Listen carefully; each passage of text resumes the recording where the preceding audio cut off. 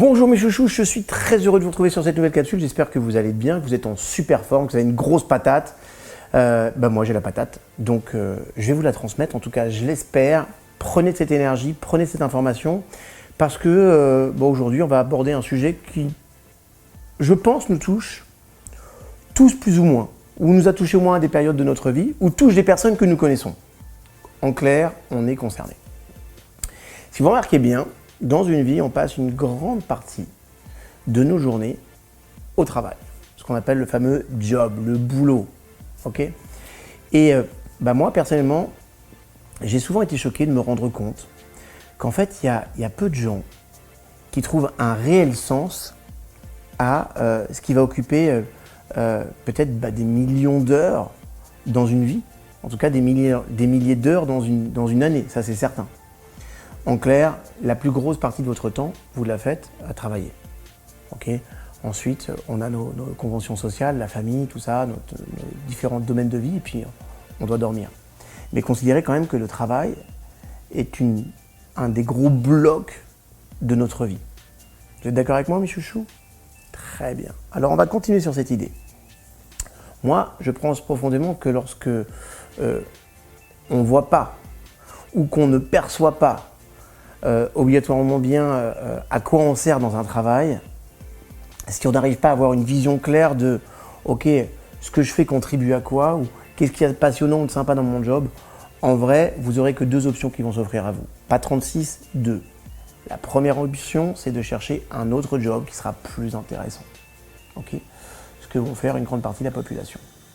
Ou alors, la deuxième option, et c'est un peu l'objet de cette vidéo d'aujourd'hui, c'est de garder le sien, mais en développant cette aptitude de voir les côtés les plus sympas de notre travail et d'être focus là-dessus. Alors, moi je sais que je suis un privilégié parce que j'ai la chance de vivre de ma passion. Okay, maintenant, ne croyez pas, pour en arriver là, j'ai fait beaucoup de sacrifices aussi. D'accord, c'est aussi le fruit d'un travail. Cela étant, je me considère vraiment comme un privilégié. Je sais également que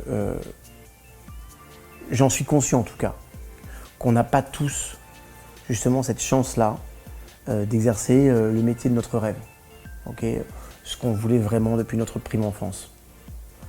Et c'est vrai que parfois, ce métier idéal dans lequel on rentre en contact avec des gens sympas, dans lequel on apprend des choses épanouissantes, dans lequel on va pouvoir partager notre passion, dans laquelle on va pouvoir échanger avec des personnes qui partagent exactement les mêmes valeurs, et puis parfois qui s'organisent dans un espace ou dans un environnement qui nous correspond vraiment bien et qui colle exactement à qui on est, et ben c'est pas toujours évident.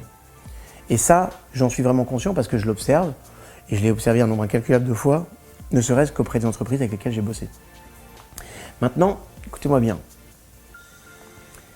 vous devez comprendre que même si on n'est pas dans cette situation idéale, on a quand même le choix de vivre cette expérience de plusieurs façons. Oui, de plusieurs façons.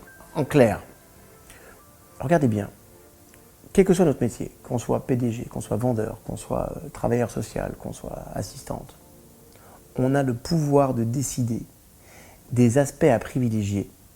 Et quand on fait ça, on va donc aussi privilégier directement ou indirectement la satisfaction qu'on pourra tirer de notre job.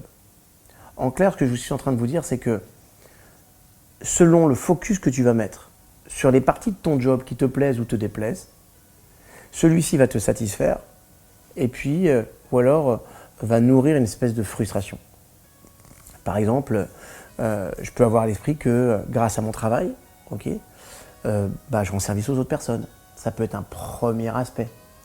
En clair, posez-vous vraiment cette question, c'est qu'est-ce que j'apporte au monde à travers ce que je fais? Okay. Moi, ça me rappelle une chanson que j'ai adorée de Jean-Jacques Goldman, qui était, je crois que dans son album avec Carl Fredericks et Michael Jones, qui parlait d'un cordonnier, c'était un cordonnier, un petit cordonnier, à sa façon aussi, il changeait la vie. C'est-à-dire que peu importe le job que vous faites, l'interaction que vous allez avoir avec les personnes peut vraiment changer la vie des gens. Ne serait-ce qu'un sourire, un bon contact. Vous pouvez également vous concentrer sur plein d'autres choses. Par exemple, sur la partie de votre travail qui vont être les parties qui vont être les plus enthousiasmantes, ou alors sur la qualité des contacts que vous pourriez avoir avec vos collègues ou avec vos clients, par exemple. Bref, choisissez le focus. Je prends également conscience aussi que grâce à cette expérience professionnelle, je développe peut-être toutes les compétences nécessaires qui vont enrichir, développer, favoriser mon employabilité. Donc en clair, peut-être qu'avec ce job-là, je prépare demain. Okay. Moi, je me rappelle un jour, je travaillais chez Jeune pour payer mes études. Je travaillais chez Continent, l'achat gagnant, racheté par Carrefour. Et je me rappelle une conversation avec mon grand-père. Mon grand-père m'avait dit un truc très intéressant. Il me dit, ça va ton travail, c'est intéressant? Je dis, pas du tout. C'est pas du tout intéressant. Et là, il m'avait dit un truc. Il dit, tu vois, tu es en train d'apprendre ce qu'est un métier qui ne te convient pas. Et ça te donnera encore plus la motivation d'avancer vers un métier qui te plaît. Et quand il m'a dit ça, j'ai compris ce que je voulais, j'ai compris ce que pouvait être éventuellement la logique d'ambition dans la vie. Petit rappel, souvenir à mon grand-père, où que tu sois, je t'embrasse. On peut aussi se rappeler aussi qu'en vrai, si vraiment on a du mal à trouver la moindre satisfaction dans son job, que notre job aussi nous permet de manger tout simplement. Ça permet de subvenir à mes besoins et aux besoins des personnes qui me sont proches. Et ça, c'est aussi important.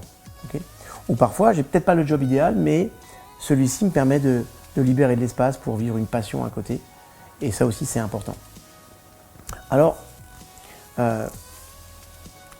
ces derniers temps, pourquoi je vous parle de ça? Parce que ces derniers temps, au-delà du fait que j'ai eu des conversations avec des personnes qui me parlaient de leur job et ça semblait une catastrophe, j'ai lu une étude très intéressante qui a été menée aussi par l'université de UCLA aux États-Unis. Elle est intéressante parce qu'elle a été menée auprès de 17 000 personnes. Donc c'est important. Et cette étude, elle a démontré que la capacité que nous avons en tant qu'individus de soulever les aspects les plus positifs de notre job réduit, écoutez bien, de 80% les risques potentiels de burn-out. Vous savez que dépression et burn-out, j'ai fait un module spécifique là-dessus, c'est mon grand dada, donc tout ce qui s'y rapporte, je l'étudie pour essayer à chaque fois d'enrichir la matière, mais je trouve génial que simplement le fait d'avoir un focus intéressant sur son boulot permette de se prémunir du burn-out. Et en plus, ça permettait aussi de développer les aptitudes nécessaires à sa propre évolution. Dans le cadre, en tout cas, c'était dans une étude qui s'est menée au niveau professionnel. En clair, cette capacité qu'on développe de voir toujours les choses positivement va nous aider à d'abord nous prémunir des risques psychosociaux dans l'entreprise, c'est important. Je vous ferai une vidéo là-dessus très prochainement. Mais en plus, en fait, ça nous permet d'avoir le mindset qui va développer des aptitudes. Donc même si on n'a pas un job qui est idéal, posons-nous la question, qu'est-ce que je suis en train d'apprendre à l'intérieur de celui-ci et qui pourra me servir pour plus tard. Moralité, mes chouchous, plus on apprend à voir le positif, même dans un environnement professionnel qui ne nous convient pas, et ça c'est le cas de beaucoup de monde malheureusement, mais plus on va avoir ce mindset-là et plus on va développer cette attitude qui nous permettra à l'avenir de réussir. Donc, considérez que ce que vous êtes en train de vivre est un tremplin pour demain. Il y a une autre étude de 2 psychologues américaines que j'aime beaucoup et qui m'ont beaucoup interpellé. Le nom est très difficile à dire, c'est Amy je crois que c'est Brzezinski et Jen Dutton. Et elles ont vraiment démontré que le focus que l'on a, en clair, c'est l'attention que l'on va porter sur les choses sur lesquelles on choisit de se concentrer, affecte notre vie au travail et affecte notre vie tout entière. La première étude qu'ils avaient menée, elles ont suivi un groupe de femmes de ménage dans un très grand hôpital américain. Et Amy et Jane, ces 2 psychologues donc, avaient réussi à démontrer que les personnes qui considéraient leur emploi comme un simple gagne-pain, et la plupart du temps, en fait, ils le trouvaient ennuyeux et ils n'en retiraient aucune satisfaction. Donc, est-ce que vous imaginez, quand tu passes le plus clair de ton temps dans un job, surtout femme de ménage dans un hôpital, on peut imaginer la charge de travail et ce que ça représente. Et bien, figurez-vous que derrière, non seulement elle trouvait ça ennuyeux, mais elle n'avait aucune satisfaction. Ça, c'était le premier groupe. Il y en avait un autre. Et oui, il y a toujours un autre groupe. Un groupe qui, justement, voyait dans ce job de femme de ménage d'hôpital, écoutez-moi bien, une vocation. Et du coup, elles ont trouvé ces heures de travail intéressantes et enrichissantes. Ce qui m'a le plus marqué dans l'étude, ce qui est le plus intéressant, c'est que les femmes du deuxième groupe avaient également un mode de fonctionnement relationnel qui était complètement différent. Par exemple, elles échangeaient beaucoup plus avec le corps médical, avec les infirmières, avec les médecins. Elles échangeaient énormément avec les patients. Elles échangeaient beaucoup avec les visiteurs. Et en fait, elles s'assuraient qu'à chaque fois, la personne avec laquelle elles étaient en interaction se sente beaucoup mieux. C'est ça le cœur d'une vocation. Écoutez-moi bien. Elles avaient réussi à recadrer leur travail et le mettre dans un contexte qui était un contexte beaucoup plus large. Okay ? Vous avez compris, en fait, elles ne se concentraient pas sur le fait justement de nettoyer les ordures, de ranger les poubelles ou parfois de nettoyer certains patients. Elles se considéraient comme faisant partie justement du personnel qui contribuait à la guérison des malades, pour que les patients se sentent mieux. Elles considéraient qu'elles participaient également au bon fonctionnement de l'hôpital. Donc, c'est pas la même mission. C'est absolument pas la même mission. Alors, c'est vrai, ces deux groupes font exactement le même job, en fait. Ce sont des femmes de ménage, elles nettoient. Okay ? Mais les femmes qui voyaient le résultat de leurs efforts, elles étaient plus heureuses que les autres. Et elles avaient une carrière qui était beaucoup plus installée dans le temps. Chose aussi qui était intéressante dans cette étude, l'étude rapportait aussi qu'elles étaient, vous allez voir ça c'est curieux, aussi beaucoup plus heureuses que la plupart des membres du corps médical ou paramédical, qui bizarrement aussi, eux, ressemblaient parfois plus au premier groupe. Vous pouvez imaginer le contexte, c'est intéressant. Okay ? Et puis vous allez voir que fort de cette expérience, Amy et Jen, elles ont continué à mener des recherches dans d'autres environnements, dans d'autres corporations. Elles ont travaillé avec des coiffeurs, elles ont travaillé avec des ingénieurs, elles ont travaillé dans la restauration. Et vous savez quoi ? Eh ben, les personnes qui faisaient consciemment leur travail, okay, et qui avaient fait le choix de vivre leur travail comme une vocation et pas comme un gagne-pain, elles étaient beaucoup plus heureuses que les autres. Et elles avaient beaucoup plus de satisfaction que la plupart des personnes qui justement considéraient que c'était juste un gagne-pain. Okay ? Moi je me rappelle une fois, quelque chose qui m'avait beaucoup marqué, c'était la dernière course de Schumacher, vous savez, le pilote auto. Sa dernière course sous l'égide Ferrari en Italie. C'était juste exceptionnel parce que naturellement en plus il a gagné, donc c'était le top. Et vous savez, à la fin, il a remercié tout le monde. Il a remercié les techniciens, il a remercié Jean Todt, le leader de l'équipe Ferrari. Et à la fin, il a remercié les femmes de ménage. Et il a dit, vous savez, je remercie ces femmes parce que quand je suis arrivé dans mes bureaux, quand on est arrivé dans les ateliers, l'atelier il était tout le temps nickel. On avait du plaisir à venir. Et si j'avais ce plaisir à venir, c'est aussi grâce à vous, donc je tiens à vous remercier. Est-ce que vous pouvez imaginer le coup de balai qu'il va y avoir le lundi matin après la course? C'est énormissime. Mais je trouvais que c'était normal de rendre à ces femmes la place qu'elles avaient, parce que ça change tout. J'avais regardé aussi un jour une vidéo, j'étais avec mon fils, il était petit, on avait regardé une vidéo rétrospective sur la NASA et le projet Apollon. Et le journaliste comme ça, donc c'est filmé en noir et blanc, on est au cœur de la NASA aux États-Unis, et le journaliste va poser une question à un des techniciens de surface qui est là, un peu ironique, en lui disant « Et vous, qu'est-ce que vous faites là ?» Et lui, qu'est-ce qu'il disait? « Eh bien, moi aussi, je nous aide à aller sur la Lune. » Imaginez que l'implication, elle est totale. Alors, vous allez me dire « Ouais, mais c'est du management et ça compte pas. » Laissez-moi vous dire que le laboratoire Astra, qui représente à peu près une joint venture de 11 milliards de dollars d'investissement dans l'espace, s'est arrêté dans l'espace en panne parce qu'il y avait de la poussière et des cheveux sur un télécapteur. En clair, la personne qui était censée nettoyer ces télécapteurs n'a pas fait son taf. Un seul être vous manque et tout est démotivé. C'est pour ça qu'il faut impliquer tout le monde dans ce que vous faites, dans ce que vous êtes. Et un jour, j'avais une conversation avec Martin Latulippe, mon grand ami, vous le savez. Il m'a dit un truc très très beau.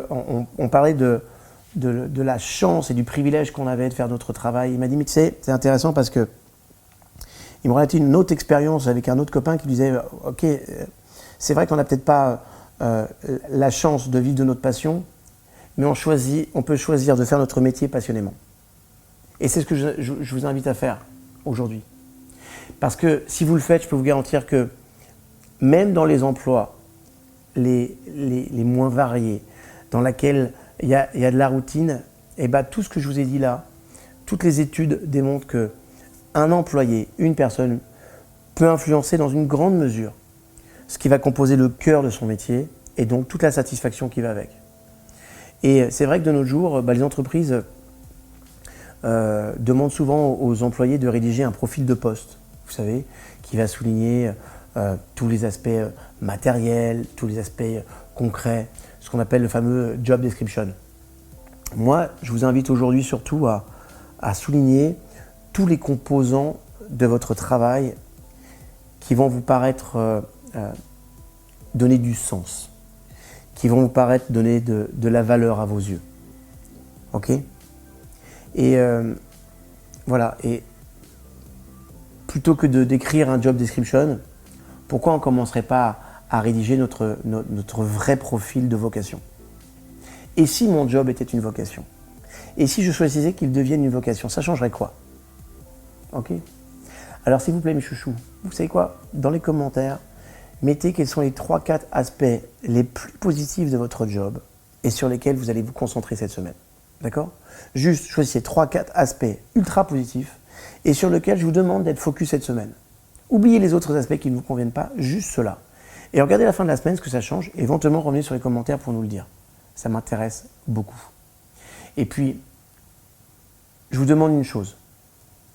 Si autour de vous, vous avez des personnes qui n'apprécient pas leur travail parce qu'ils ne l'ont pas obligatoirement choisi et vous sentez comme ça, vous intuitez qu'ils le subissent, transmettez-leur cette vidéo. Ok? Ça va leur apporter un peu de joie de vivre, un peu de passion, ça va les aider à traverser l'épreuve et vous en seront franchement reconnaissants. Ça leur fera un bien fou.